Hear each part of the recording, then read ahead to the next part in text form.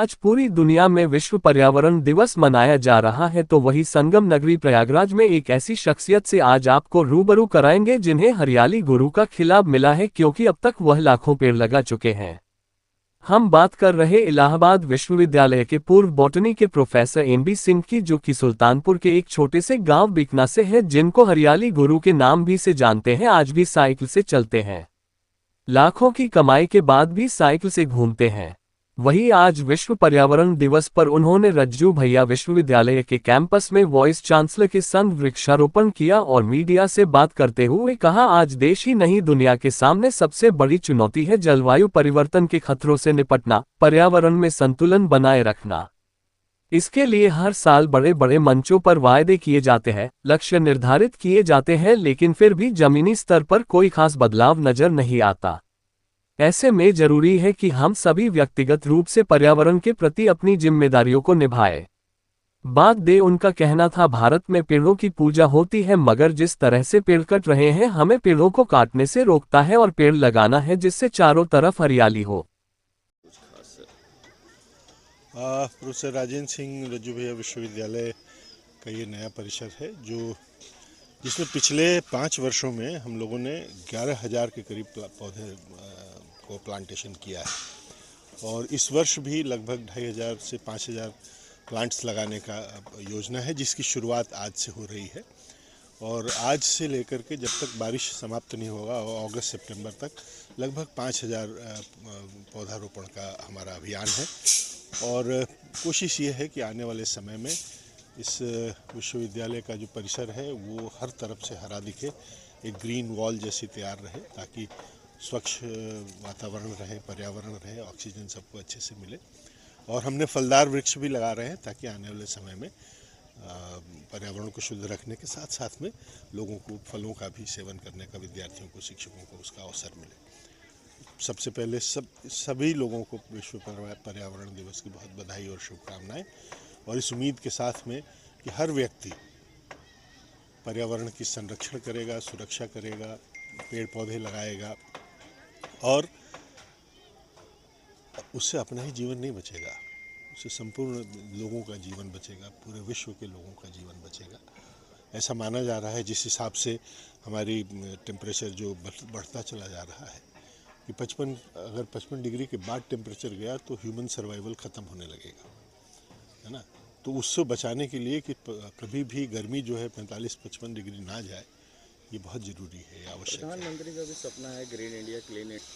हमारे एक पेड़ माँ के नाम जो प्रधानमंत्री जी का योजना है, उसमें हमारे यहाँ लगभग सभी विद्यार्थियों ने एक पौधा अपने माँ के नाम पे लगाया है, शिक्षकों ने, सभी ने लगाया है। और हमने तो कोशिश ये किया है कि आप देख सकते हैं हमारे एनएसएस, एनसीसी, रोज रेंजर्स के समस्त विद्यार्थी और कैंपस में, और हमारे एफिलिएटेड कॉलेजेस के भी जितने 5 लाख विद्यार्थी हैं, सभी लोगों ने ये संकल्प लिया है कि हम हर साल, मतलब एक विद्यार्थी एक भी लगाता है तो 5 लाख पौधे लगते हैं हमारे विश्वविद्यालय के परिक्षेत्र में। तो इस तरह से अगर आप देखोगे तो पिछले 5 सालों में हम लोगों ने लगभग 25 से 50 लाख पौधों का रोपण किया है, चारों जिलों में ला करके। तो ये बृहद अभियान है और ये अनवरत अभियान है, ये छोड़ने का अभियान नहीं है। तो 2 ही चीज़ करनी है, नए पौधे लगाना है और जो लगे हुए हैं उनको बचाना है। करीब 35,000 इलाहाबाद विश्वविद्यालय में लगाए हैं, 30,000 लगाए हैं इलाहाबाद की सड़कों पर, रोड साइड में, सिविल लाइन से लेकर के झूसी प्रीतम नगर तक लगाया है। 11,000 पेड़ रज्जू भैया हम लगाए हैं। गांव में हमारी 5-6 बाग है, हमने खूब डेंस प्लांटेशन किया है। तो हम पैदा हुए थे तो ऑक्सीजन लिए थे। तो पेड़ों का ये महत्व, वृक्ष ऑक्सीजन देते हैं, प्राणवायु देते हैं। वृक्ष प्राणवायु के जनक हैं, जल, वायु, जमीन तीनों को शुद्ध करते हैं। आप सबसे अनुरोध है कि आप अधिक से अधिक वृक्ष लगाइए और लगाने के साथ साथ पुराने वृक्षों को कटने से बचाइए।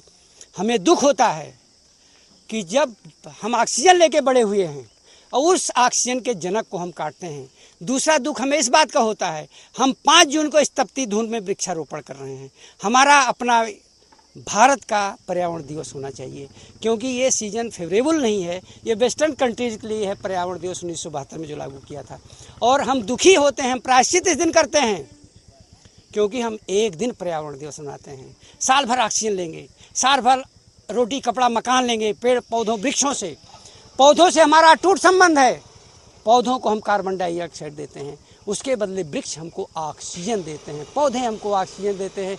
और global warming causing gas carbon dioxide को पौधे कार्बोहाइड्रेट बनाते हैं, प्रोटीन बनाते हैं, लिपिड बनाते हैं, दवा बनाते हैं, लकड़ी बनाते हैं। ये पौधों का आर्थिक महत्व है। पौधे शंकर जी के रूप हैं, जल वायु जमीन तीनों को शुद्ध करते हैं। इस गर्मी में आपको वृक्ष की जरूरत है गर्मी से।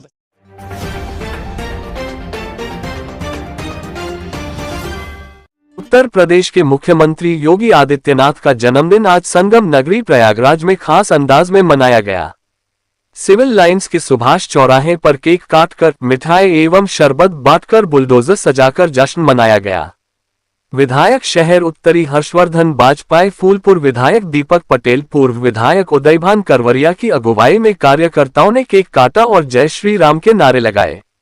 मुख्यमंत्री योगी आदित्यनाथ का जन्मोत्सव प्रयागराज में भव्य अंदाज में मनाया गया।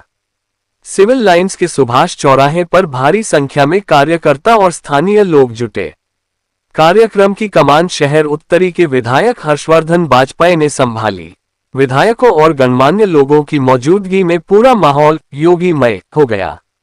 यूपी में कानून व्यवस्था और कड़े फैसलों का प्रतीक बन चुका बुलडोजर आज आकर्षण का केंद्र रहा।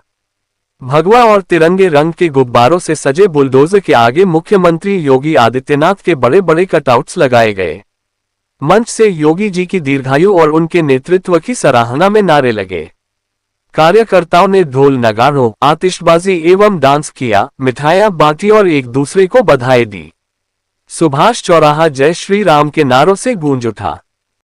आज योगी जी का जन्मदिन आप सभी महानुभावों द्वारा मनाया गया, क्या कहना है, क्या संदेश देना चाहेंगे? देखिए, आज आपने देखा कि माननीय उदयभान करवरिया जी की अध्यक्षता में ये दीपक पटेल जी और मेरे सह आयोजन में ये 55वां जन्मदिन का कार्यक्रम योगी आदित्यनाथ जी का, माननीय मुख्यमंत्री जी का हम लोगों ने मनाया। और आपने देखा कि लगभग 100 में से 80 से 90% पार्षद इस कार्यक्रम में रहे, सभी मंडल के लोग रहे और आम जनता, जिसमें भारी संख्या में महिलाएं और सभी समाज के लोग, सभी धर्मों के लोग यहाँ पे रहे। और आपने देखा कि ये कार्यक्रम इतनी गर्मी के बावजूद 5 बजे से चलता रहा। सभी वरिष्ठ लोगों का उद्बोधन हुआ, उसके बाद केक कटिंग का कार्यक्रम हुआ और फिर आतिशबाजी के साथ और बुलडोजर पे हम लोगों ने खड़े होके, जो बुलडोजर प्रतीक है कि महाराज जी ने जीरो टॉलरेंस क्राइम के खिलाफ उनकी जो पॉलिसी है उसको लागू किया है। हम लोगों ने हर्ष और उल्लास के साथ योगी आदित्यनाथ जी का जन्मदिन आज मनाने का काम किया। आज योगी जी का जन्मदिन मनाया गया है, क्या कहना चाहेंगे? आज योगी जी के जन्मदिन के दिन उनको शुभकामनाएं दी गई। वो दीर्घायु रहे, हम सबका मार्गदर्शन करते रहे और अभी प्रदेश का नेतृत्व कर रहे हैं और आने वाले समय में वो देश का नेतृत्व करें, यही हम सबकी शुभकामनाएं। बहुत ही हर्षोल्लास के साथ, बहुत ही खुशी के वातावरण में। भैया थोड़ा पीछे कर लो मोबाइल यार, यहाँ हजारों मोबाइल यार पीछे कर लो यार, थोड़ा सा आ गया, आतिशबाजी चल रही है। सबने ये संकल्प लिया योगी जी को तीसरी बार मुख्यमंत्री बनाना है और हर्ष वाजपेयी को विधानसभा से विधायक के रूप में हैट्रिक दिलानी है।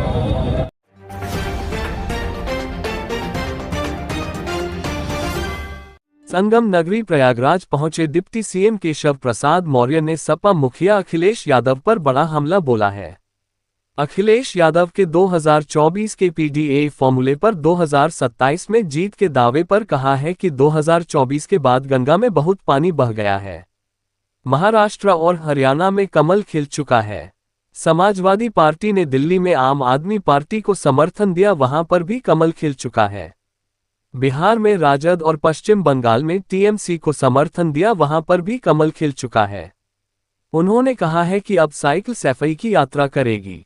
उन्होंने कहा है कि यूपी में सत्ता प्राप्त करना अब अखिलेश यादव के बस की बात नहीं है। वहीं विश्व पर्यावरण दिवस के मौके पर यूपी के सीएम योगी आदित्यनाथ की जन्मदिन पर एक बार फिर से उन्हें बधाई और शुभकामनाएं दी है। डिप्टी सीएम ने भगवान प्रयागराज से सीएम योगी आदित्यनाथ के स्वस्थ्य और दीर्घायु होने की भी कामना की है, ताकि समाज सेवा का जो व्रत उन्होंने लिया है उसको और अच्छे ढंग से पूरा कर सकें।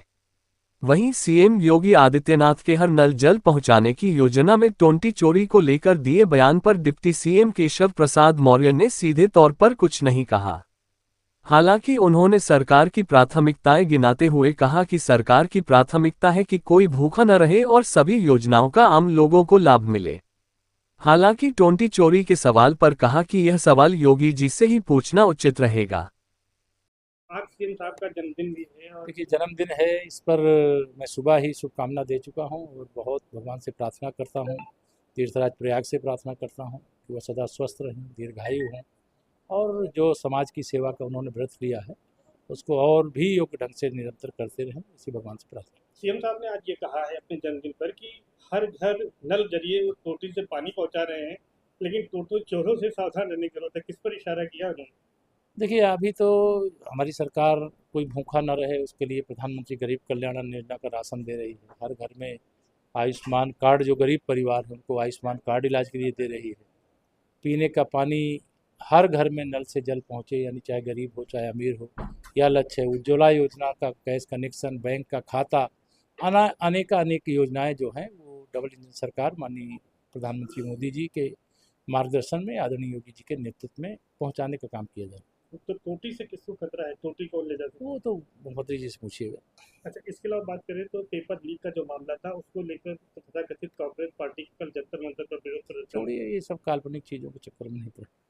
बात करें प्रयागराज में कई छात्र जो पहले वहाँ कुछ कोचिंग सील कर दी गई। जो देखिए गलत करेगा, जांच में दोषी पाया जाएगा तो हर वह चीज़ कार्रवाई कानूनी जो करना चाहिए वो करेंगे, लेकिन कोई युवा निराश ना हो, कोई प्रदेश का नागरिक अपने को असुरक्षित न समझे, कोई प्रदेश और देश की माता बहन यह चिंता न करे कि उनका कोई ध्यान रखने वाला नहीं है। तो माननीय प्रधानमंत्री मोदी जी के नेतृत्व में महिला सशक्तिकरण का संकल्प है, उसे सफल बना के उसे पूरा करके रहेंगे।